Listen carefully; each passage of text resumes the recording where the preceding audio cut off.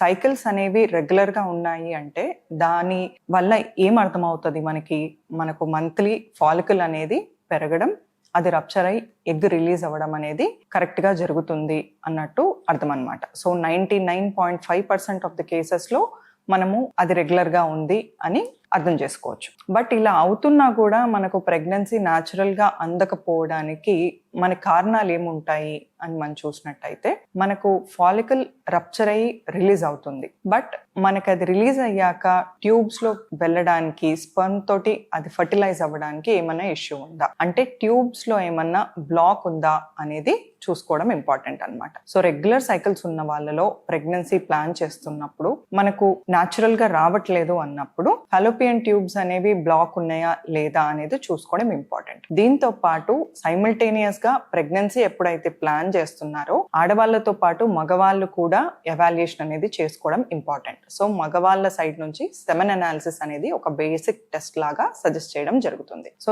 ఇవన్నీ చూసుకున్నాక ఏమైనా probable causes ఉన్నాయా అనేది తెలుసుకోవడం ఇంపార్టెంట్ అన్నమాట.